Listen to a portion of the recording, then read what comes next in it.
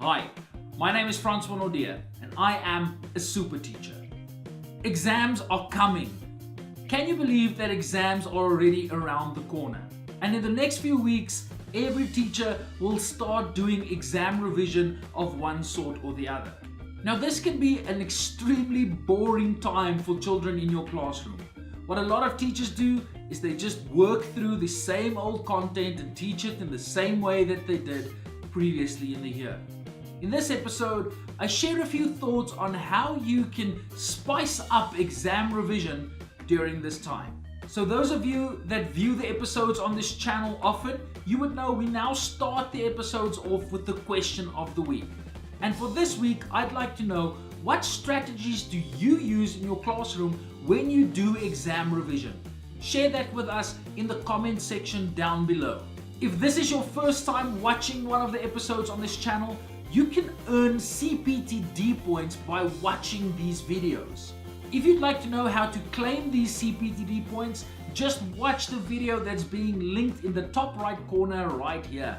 While you're doing that, also subscribe to this channel so that you can get access to all of the latest episodes that we post here. We post one new episode every week. So would you like to know how to spice up revision time in your classroom? Let's educate.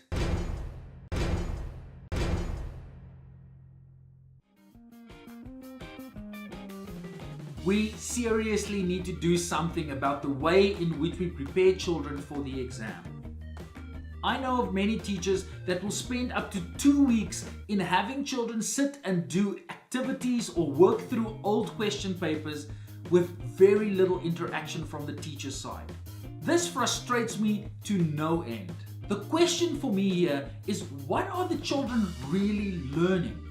Basically what you're doing, you're just rehashing the old content. What is fresh about the content that you try and revise before the exam?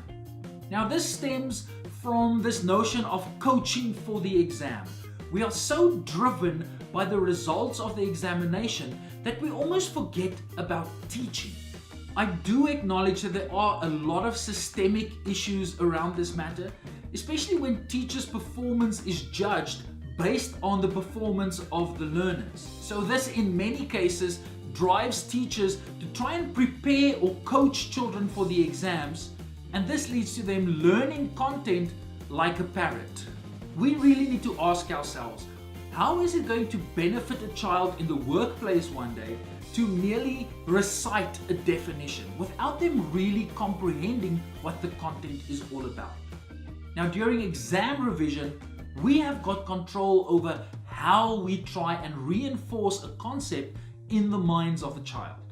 We seriously need to move away from getting children to memorize facts and try and get them to comprehend concepts and have them apply these concepts to novel situations. So here are a few ways in which you can maybe just spice up that week or two that you spend on exam revision. One of the biggest mistakes that I see teachers make is that they give lengthy activities or whole exam papers for children to finish before they write the exam.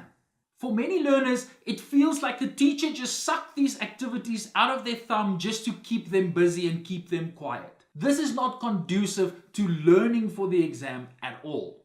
What works better is if you break down these activities. Let's say maybe you take one question at a time, let everybody complete it, and then afterwards engage with the learners so that you can find out what is it that they know and what is it that they don't know.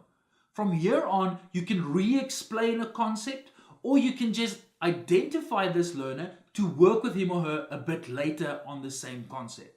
But definitely don't sit behind your desk and have them complete an activity and then maybe just give them the memorandum to the question paper or to the activity. No learning occurs whatsoever. Now I know one of the biggest stressful factors in a teacher's life is when children need to write a common paper. This is a paper that you've never seen before, and then you worry about, will your children do well? Now this has got a lot to do with the way in which you approach teaching. If you merely teach facts and have them recite these facts, how are they ever going to apply it to novel situations? So in a common paper, often they would see some information that they haven't really dealt with before and they need to solve the problem. Why not include novel ideas and novel problems whilst doing exam revision?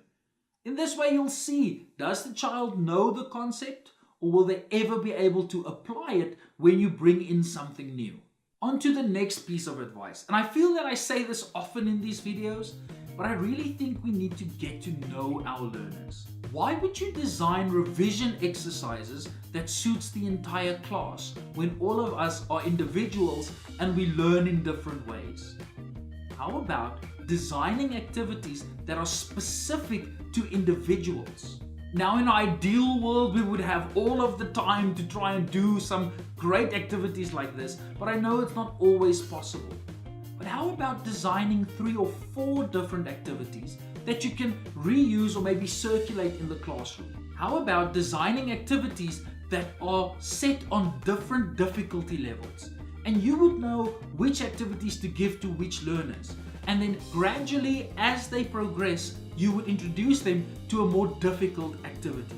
But it is extremely important to get to know the learner. Look at their performance, know their interest, and then shape your activities around that. One of the biggest struggles during exam revision time is discipline. When you give out boring activities and you don't engage with the learners, then of course their behavior is going to deteriorate.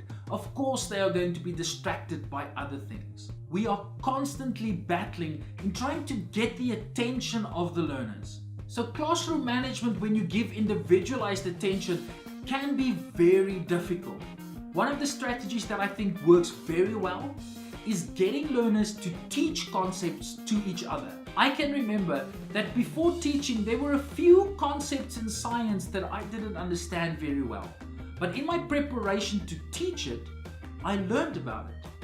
So, get your learners to teach the concepts to each other, and in this way, they learn. Okay, there you go. Just a few tips or maybe advice from my side to get through the next few weeks without having every single child bored to death in your classroom. So if you like what we do on this channel, make sure you give this episode a thumbs up and that you subscribe to this channel so that we can get every single super teacher to unite under one banner so that we can make a positive difference in each and every classroom. So if you haven't subscribed yet, you can just click on the logo right here and you will be subscribed to this channel. If you'd like to see some of the other episodes that we have on this channel, you can click on the link that's there and one that's right down below that one. Until next time, my name is Francois and I am a super teacher.